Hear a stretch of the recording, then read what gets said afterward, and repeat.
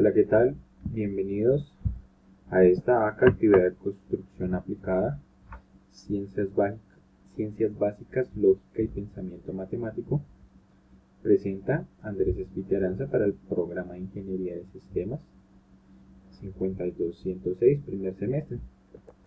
Entonces, el día de hoy vamos a ver temas como lo son, primero, los números reales, segundo, los conjuntos que encontramos dentro de los números reales, tercero, operaciones básicas en números reales, adición, sustracción, multiplicación y división. Cuarto, vamos a entrar a ver lo que es lógica proposicional. Quinto, el uso de los conectores lógicos. Y por último, las tablas de verdad, cómo funciona. Entonces empecemos.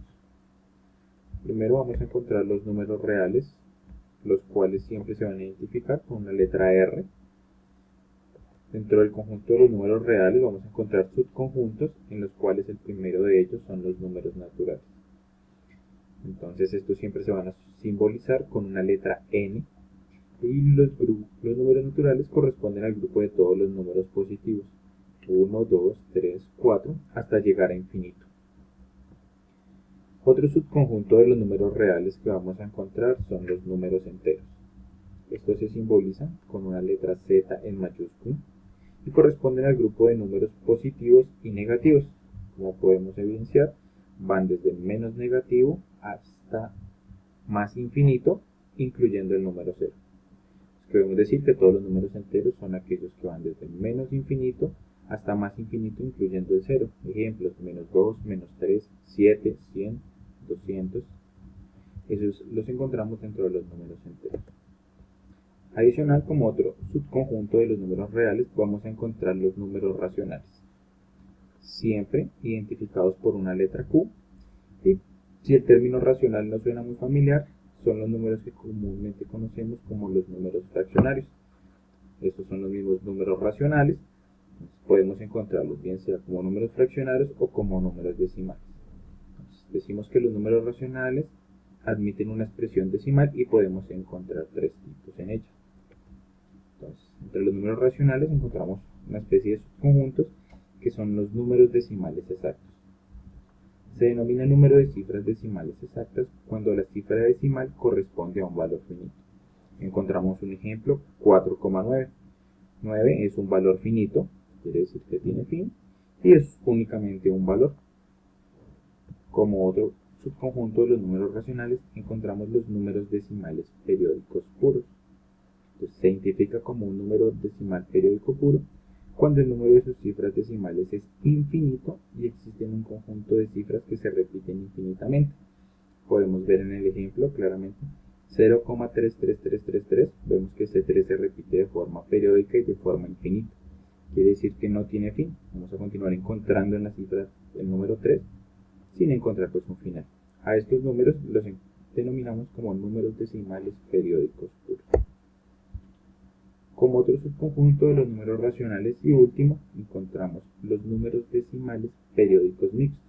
Entonces, se identifican como periódicos puros o mixtos cuando el número de sus cifras decimales es infinito y existen algunas cifras decimales que no se repiten. En este caso, en el ejemplo, encontramos el 1,43333. Como nos damos cuenta, hay una cifra la cual no es periódica, en este caso sería el número 4. Y adicional encontramos la cifra periódica, que en este caso es el número 3, el cual se va a repetir de forma infinita. Ya saliendo o regresando nuevamente al conjunto de los números reales, vamos a encontrar los números irracionales, simbolizados por una letra I mayúscula, y corresponden a aquellos números que no pueden expresarse como un cociente entre dos números enteros. Tienen infinitas cifras decimales, las cuales no son periódicas.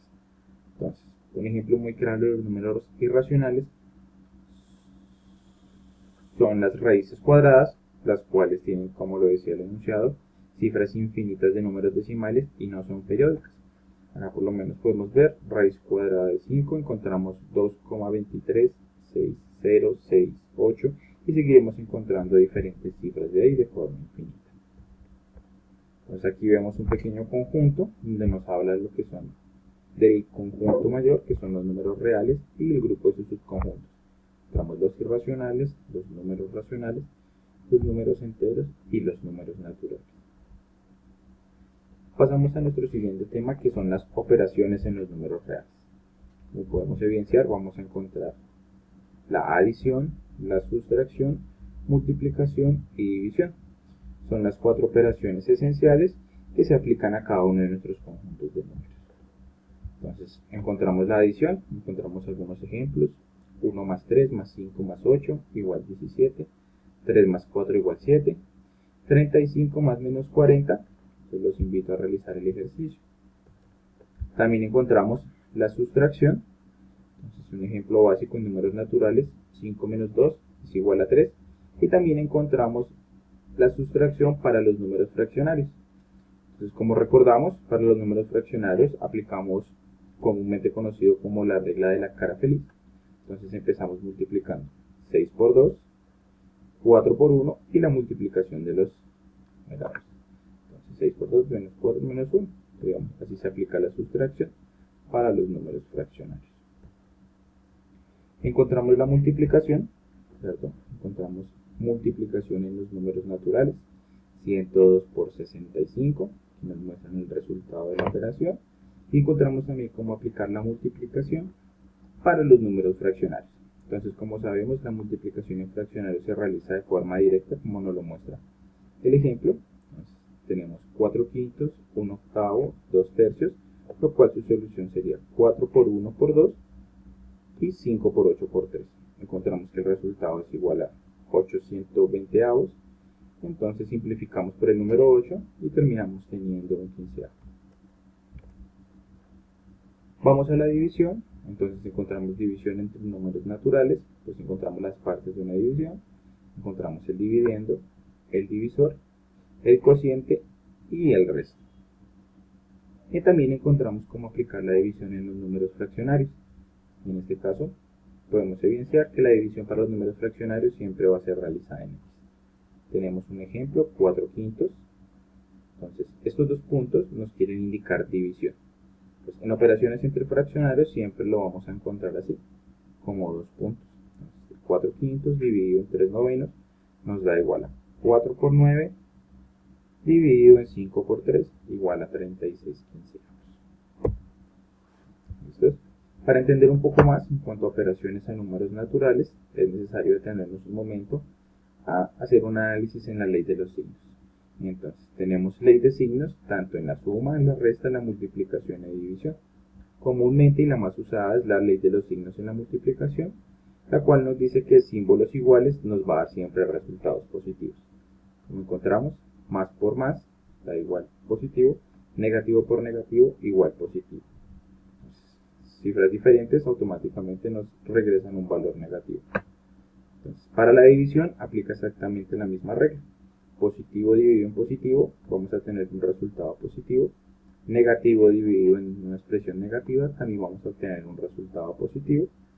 Para un negativo dividido en positivo, vamos a obtener un resultado negativo. Y para positivo dividido en negativo, vamos a tener lo mismo. Encontramos un pequeño enunciado que dice: en la suma y resta, el signo de valor mayor es el que define el signo. Entonces, encontramos que cuando hacemos una suma de positivo más positivo, vamos a tener un resultado positivo. Negativo más negativo, vamos a obtener un resultado negativo. Pero cuando usamos signos contrarios, se restan y vamos a obtener el símbolo del número de mayor denominación. Igualmente para la resta. Una resta de números positivos nos va a dar un resultado positivo y de números negativos vamos a obtener un resultado negativo. Para signos diferentes aplicamos la resta y el número de mayor valor es el que nos va a dar el signo a la respuesta o al resultado. Entramos a nuestro siguiente tema, que es lógica proposicional. Entonces, un pequeño resumen. La lógica proposicional es un sistema formal diseñado para analizar ciertos tipos de argumentos. En la lógica proposicional, las fórmulas representan proposiciones y los conectores lógicos son operaciones sobre dichas fórmulas, capaces de formar otras fórmulas de mayor complejidad. Entonces, ¿qué es una proposición? Una proposición es un enunciado que puede tener un valor de verdad o falsedad, pero nunca los dos al mismo tiempo. En este orden de ideas, una proposición puede ser verdadera o falsa. Las proposiciones pueden ser denotadas por letras minúsculas, en la mayoría de sus veces por las letras P, Q y R. Encontramos una pequeña fórmula que nos quiere decir que P, en este caso la proposición, es igual a verdadera o a falsa. Encontramos dos tipos de proposiciones: las proposiciones simples, comúnmente conocidas como proposiciones atómicas, y las proposiciones complejas, las cuales podemos también encontrarlas como proposiciones moleculares. ¿Qué es una proposición simple? Una proposición simple es aquellas que tienen un solo significado y carecen de conectivos lógicos. Registramos algunos ejemplos. Por lo menos la matemática es una ciencia, verdadero.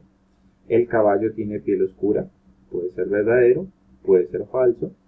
3 más 5 igual a 35, falso. Hoy es miércoles, puede ser una proposición verdadera o puede también tener un valor de falsedad. Proposiciones compuestas tienen dos o más significados y contienen al menos un conector lógico. Ejemplo: María sabe inglés y francés. En este caso nuestro conector lógico es y.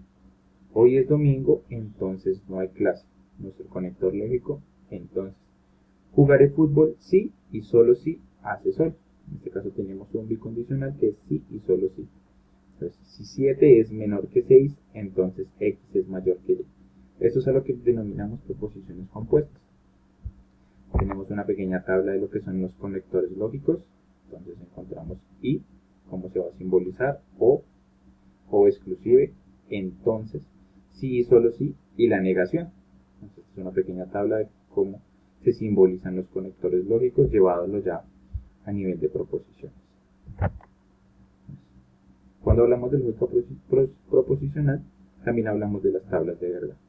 Entonces, las tablas de verdad son el resultado de conectar varias proposiciones a través de los conectores lógicos. La fórmula va a ser 2 elevado a la n, siendo n el número de proposiciones. En este caso solo tenemos dos proposiciones, P y Q, lo cual nos quiere decir, si aplicamos la fórmula, es 2 elevado a la 2, en este caso sería 4, por lo cual empezamos nuestra tabla de verdad con 4 valores, la mitad verdaderas, la mitad falsas. Para nuestra primera proposición, y para la segunda proposición, entonces empezamos a alternar valores, verdadero, falso, verdadero, falso. Entonces tenemos, digamos, las tablas de verdad básicas y esenciales con cada uno de nuestros conectores lógicos: la conjunción, la disyunción, la negación, el condicional y el bicondicional. Encontramos ejemplos de tablas de verdad. Entonces, son 3, en este caso, 3 proposiciones, P, Q y R. Entonces aplicamos nuestra fórmula, 2 elevado a la n, en este caso tenemos 3 proposiciones, 2 elevado a la 3, los cuales nos dan resultado de 8. Empezamos con 4 verdaderas, seguimos de 4 falsas, 2 verdaderas, 2 falsas, 2 verdaderas, 2 falsas, verdadera, falsa, verdadera, falsa. Aquí encontramos por lo menos la tabla de verdad del bicondicional, que quiere decir que dos valores verdaderos nos van a dar un resultado verdadero, valores falsos verdaderos. Entonces, en las tablas de verdad encontramos tres tipos de tablas. Una es una tabla con un resultado de tautología, es cuando todos los resultados de la tabla nos vienen o nos generan un resultado verdadero. Una contradicción es cuando todas nuestras respuestas son falsas, y una indeterminación es cuando encontramos valores tanto verdaderos como falsos. No siendo más, muchísimas gracias, espero haya sido claro para todos, que estén muy bien.